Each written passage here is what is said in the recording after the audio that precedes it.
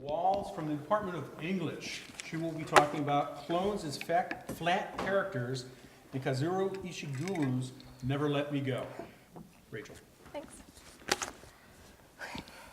The main character, and also the only potentially round character in Kazuo Ishiguro's novel, Never Let Me Go, first appears to be Kathy, the novel's first-person narrator. She gives the audience her view of the world, a world in which she and nearly everyone she knows is raised to be harvested for their internal organs. However, despite this potentially horrifying knowledge, Kathy appears to be well-adjusted, or at the very least, accepting of her fate, as she obeys the social rules and accepts this as her life. She never rebels or tries to get away from the unnamed force that governs her and the other Hailsham children's lives. Her only goal, or rather obsession, is to recount and understand the experiences of her childhood at Hailsham. Yet Kathy's understanding of herself is limited because of her personality and the fact that she is a clone. Although Kathy seems to accept her fate, she never sees herself as less than human. Because of this lack of acknowledgement, Kathy is never able to be fully round. As she does not see this aspect of her personality, she cannot express it, leaving herself ultimately flat. The entire story is given to us from Kathy's point of view. Because the audience gets her first-person narration and thus her innermost thoughts, it first appears that Kathy is round, at least according to the ideas of E.M. Forrester. Rather than explicitly define round characters, Forrester explains what flat characters are, noting that they, quote, are constructed round a single idea or quality, and they were not changed by circumstances, end quote.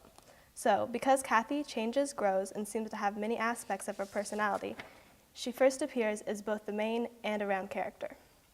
With this knowledge, everyone else in the novel becomes both minor and flat characters, as no one else fits the parameters of a round character as well as Kathy.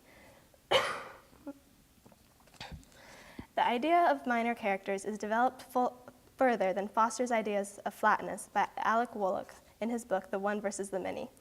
He maintains that there are two kinds of minor characters, the worker and the eccentric. The worker is reduced to a single functioning use, while the eccentric plays a disruptive oppositional role. Most of the characters in Never Let Me Go are workers. They serve to give information, as is in the case of Miss Lucy, the teacher who serves as Kathy's main source of information while at school. She comes in for a short while as someone for Kathy to briefly interact with, only to disappear after Kathy is done with that chapter of her life. There are very few examples of eccentrics in the novel, as to be oppositional does not seem to be in the student's nature. With the idea of the worker and the eccentric in mind, our assessment of Kathy's two best friends, Ruth and Tommy, becomes more complicated. They do grow over the course of the novel and have more depth than most of the other minor characters. However, Ruth in particular seems flat in her desires, or even her personality. She likes to be in control of others and thrives on being the one who has the upper hand, as is evident in childhood episodes. At one point, Ruth acts as though she has been given a pencil case by a favorite teacher, Miss Geraldine. Kathy correctly guesses that this is a lie, but when she confronts Ruth, Ruth completely loses her control. Ruth acts as though she were, quote, too ashamed of the matter, too crushed by it to even be angry, and falls apart. It takes Kathy simply threatening to expose this one very small secret to completely ruin Ruth. This attitude, this desire for control, continues from Hailsham in childhood to the cottages in adulthood. When the students find a potential clone model, for Ruth, she does not brush it off like many of the others do. They go to find the possible, first believing that the lady is truly who Ruth is based off of, only to later disagree on whether it is. Once again, Ruth takes this disappointment and blows it out of proportion, yelling cruel things, saying, quote, look down the toilet, that's where you'll find where we all come from, end quote. Most notably, Ruth seems to be the one who is encouraging the myth of Hailsham students being able to defer their donations. She acts as though she knows all the details behind the secret deferral. When Tommy claims to have no knowledge of it, Ruth says, quote, he isn't like a real Hailsham student, end quote, hurting him so that the truth cannot come out, or at the very least, so that Ruth does not lose her control over the others. Ruth, although fascinating, is not a round character.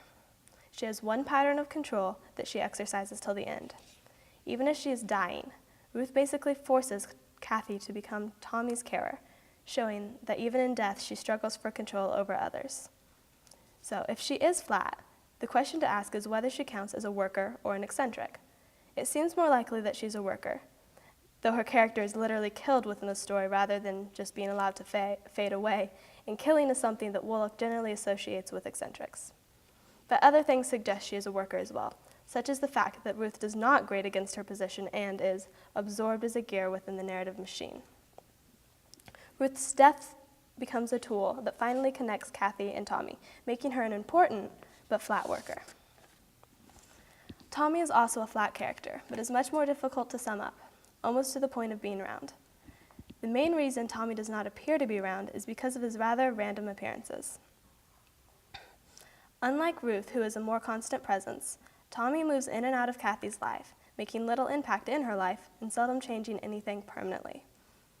During their time at Hailsham, he and Kathy spend a lot of time talking over various secrets showing his compatibility with Kathy. However, it is never in a public place. They always meet away from the others, generally by the pond or out of earshot of the other children, creating isolation for Tommy's character. In addition, it is not clear how much Tommy thinks about these things outside of school, limiting his depth. In fact, the only thing that Tommy is really known for is his terrible temper, the tantrums he throws, and the fact that he is not creative in the traditional sense that is encouraged at Hailsham. This is how he is introduced to the audience by Kathy at the beginning, and how he continues to be. Although Tommy has the potential to be round, only one side of him is shown in these meetings or when he's throwing a fit. As these are the only times the audience sees him, he appears flat. If Ruth is a worker, then Tommy is most certainly an eccentric, one of the few in the novel. He grates against his position in many ways. He has a temper, he shows his raw emotions, something that none of the other children seem inclined to do. He is not demonstrably creative, which is one of the few things that the children must have in order to meet the requirements at Hailsham. Notably, it is not until his lack of creativity is validated by Miss Lucy that he begins to calm down slightly. So, either he is incredibly angry or he is not creative, but either way, Tommy is set apart. After the children are sent to the cottages with the knowledge that they are clones and that they will make their donations that culminate in their early deaths, Tommy continues to act out, going against the current by starting to do his art in a time when everyone else has stopped. He does this, however, not to make the teachers happy, but in an attempt to rebel, not to donate. He believes that in some way, his art can save himself and whoever he loves from death, only for a while. The desire to rebel can be seen again when he and Kathy find out that there are no deferrals, that an early death cannot be avoided, and that his art was for nothing. He gets out of the car and begins, quote, raging, shouting, flinging his fists, and kicking out, end quote. Once again, Tommy must struggle against the system, if not through art, then through anger. Ultimately, the system kills Tommy, just as Woolach says must happen to an eccentric character, proving that Tommy is a rather powerless eccentric. At the end of the novel, Ruth and Tommy are dead, having fulfilled their positions as flat characters, and Kathy is beginning for her first donation. However, Kathy is broken, not because her life will soon be ended, but because she's lost Tommy. She seems empty, saying, quote, the tears rolled down my face. I wasn't sobbing her out of control, end quote. In this one sentence, excuse me, in this one sentence, Kathy shows how different from her friends she is, how much more round. She, unlike Ruth, has control over herself despite not being in control of the situation, and she is not angry like Tommy, nor does she need to rebel. Kathy feels more emotions and shows more sides of herself than her friends do, proving herself as round. However, even as Kathy mourns for her friends, she also laments the loss of Hailsham, her childhood home. In fact, Kathy places a significant amount of emphasis on Hailsham, enough that it becomes more than simply a setting. It also becomes a minor character. But this is an argument that I flesh out in my longer paper. In the end, the flatness of the characters of Tommy, Ruth, and even Hailsham are undeniable. They each serve a purpose in Kathy's story, but ultimately always leave her.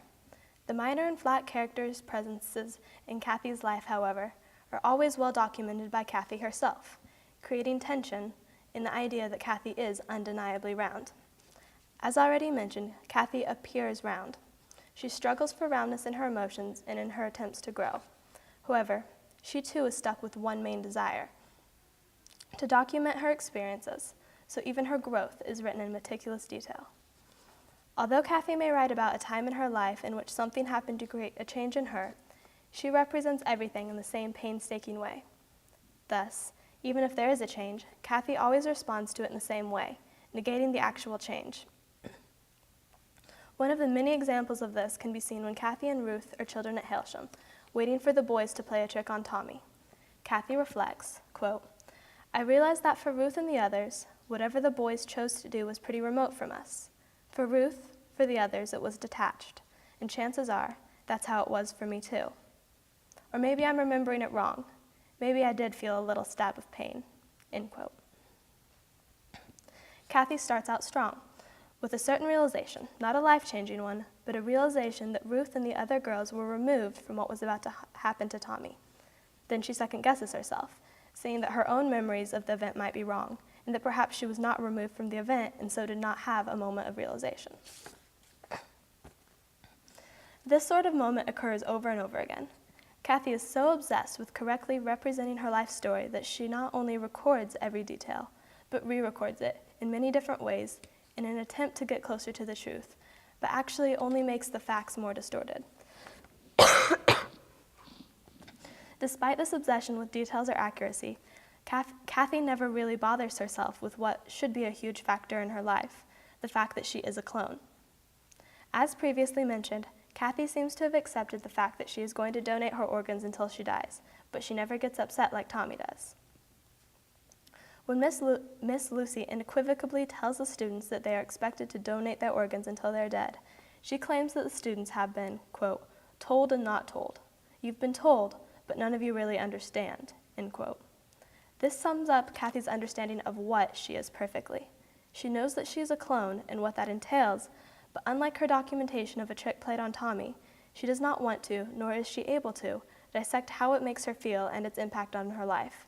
She is a strange combination of flat and round, a cloned character that, for all her attempts, can never be as round as a human because she never truly understands her own nature.